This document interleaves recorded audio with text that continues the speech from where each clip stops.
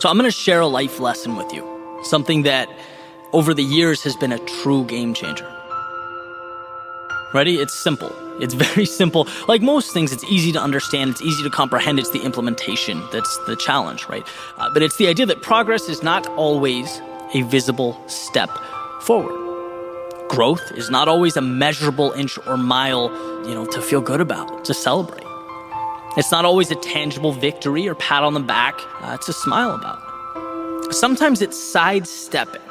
Sometimes it's stepping backwards, reminding ourselves to look up and gain perspective. Because we are always inclined to look at the immediate. That's what feels good. And this lesson says, no, there's a big picture to keep in mind. It reels us in. The big picture is what gives us purpose. It drives our happiness. That thing we want on the top of the hill, the North Star, the X on the map, that's what's sustainable. And I say it's been a game changer for me because, one of my biggest adversaries over the years has been that voice in my head, almost pleading with me to indulge in the thing that will bring that immediate result. It's money now, growth now, validation now. There's comfort there. Our minds want that satisfaction. That's why you see all those guys standing next to whiteboards saying they have the formula to make you rich tomorrow. We want tomorrow. We believe in some capacity that can be real tomorrow. But that's what tends to lead us astray. And so I've spent a lot of time reflecting over the years on how to incentivize those steps that aren't immediately impactful. There's not the flashy medal you're going to get right now, but I know that if I do it, it's going to bring me to my long-term goal. How do I incentivize that? Because, like I said, the natural inclination is to dismiss it. I'm walking laterally across the mountain so that ultimately I can find the most applicable path and ascend. And that's a scary thing. Building long-term gives you very little to immediately slap on a resume, to brag or rant about at holiday parties. There's nothing flashy to impress with, but it's believing in a long-term game, doing what most people can't, trading that certainty that you could have had for an extraordinary later. It's never a loss to do what has to be done so that you can position yourself for the future. Sometimes you have to wade through the muck, work quietly in the dark so that you can build something that you feel will have an impact. It's not a loss to step backwards to tweak the things you're not happy with. It's not a loss to explore or question or reinvent. It's true, those actions in and of themselves aren't going to put money immediately in your pockets. But if you find the discipline to see the big picture, you realize that long term, those things bring happiness, contentment, excitement, which guess what? Leads to accomplishment and progress and the financial stability that you're looking for. Chasing flashy things, chasing the immediate moment, it gets you a quick rush, a nice blast of dopamine, but it's empty. Ultimately, it's unfulfilling because nothing worth having is quick. That's life. But it's often the illusion that guides us, right? You'll never see how many auditions the 33-year-old actor went through before he was cast in a major film. You don't see that. You don't see the countless hours and shows and midnight gigs in front of 3 people that the rock star endured. You just don't. It's not celebrated. We celebrate what we see, and what I've learned is that the most important things, they're just not visible to the naked eye. And it's funny, it's like people, they're ashamed or embarrassed by the fact that they're climbing to the top of their own hill, to something truly significant to them, because the person next to them is bragging about blindly leaping 3 steps, right? And that's great. Progress is great, but unless it's taking you to where you want to be most, is it a win? I have many friends that have left 6-figure or higher jobs to podcast or create or start their own businesses. And people's first reaction is always like, wow, look what you had. Look what you're walking away from. We see scarcity. We are naturally inclined to see life through a lens of scarcity. You need to remember that. That's what we do. We establish and protect our well-being. That's why I've worked so hard to transform my thinking over the years. To look out and think, who cares what I had? Look what's out there.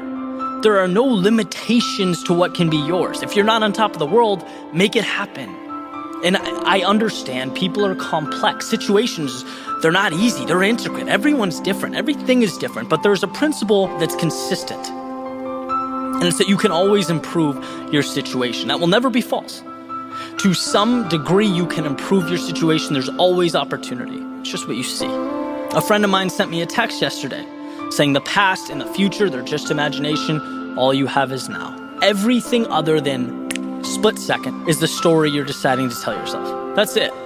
Think about that. We're operating off what we decide is real or imaginary, possible or impossible. We're living in a world that is our own. There's no them or they or crowd, just individual people, all telling themselves some variation of a story.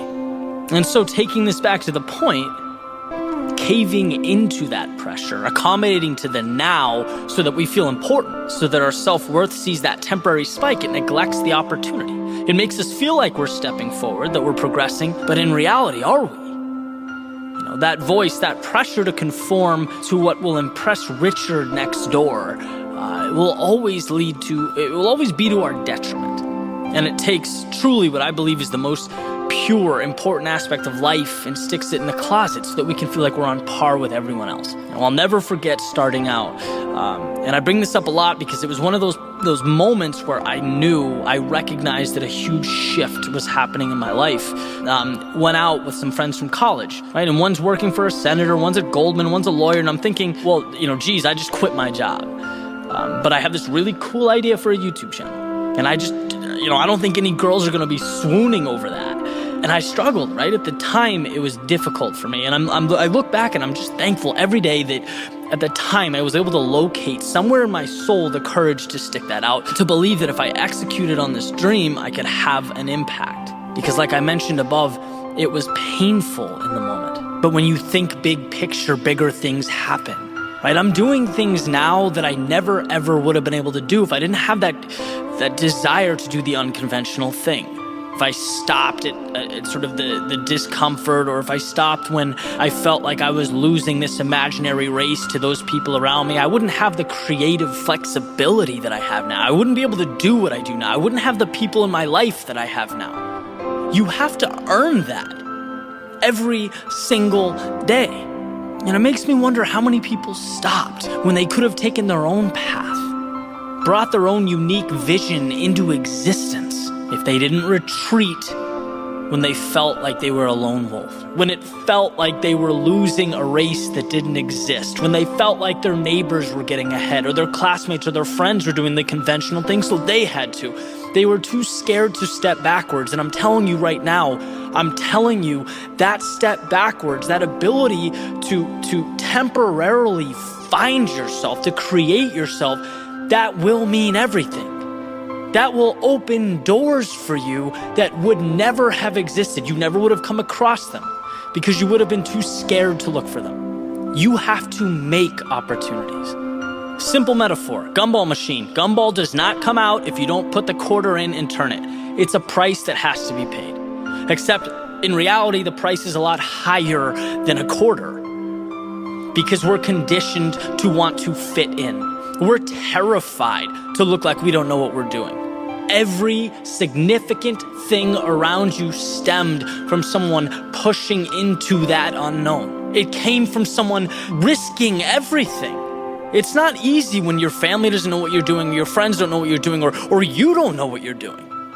But if you want to have an impact, that is the road you have to take. That's the cost you need, the price that you need to pay. It'll be a hard year or 2 years or 3 years, but you won't regret it. So hopefully this can be a reminder to you. When I talk about lateral steps, that's the sentiment I'm trying to recreate. And I think that's the great thing, because it means the people who create, who build something meaningful, they've earned it. And that's what I tell myself every day. Earn that dream, earn that change, right? Take that road less traveled. What you're doing right now is not insignificant simply because it's not immediately bearing fruit. I think if you listen to this back from the top, you'll notice the constant theme: immediate, now, present. These things are delusion, right? As far as results are concerned, the word immediately is a con artist. Action should be immediate, but results, no, they are gradual. They require persistence. Stick with it. Remind yourself to look up, because that's what you're after. It's a pursuit. You're building a foundation. You're creating the things that permanently alter the artistic and political and social landscapes. That's remarkable. It's the road few have the patience to walk. Remind yourself why you're skipping the small stuff, brushing off the little wins and losses, and why building something substantial in silence is more powerful than gloating and screaming at the top of your lungs after every visible step. Look up. Remind yourself that you are going to change the world and you can see it.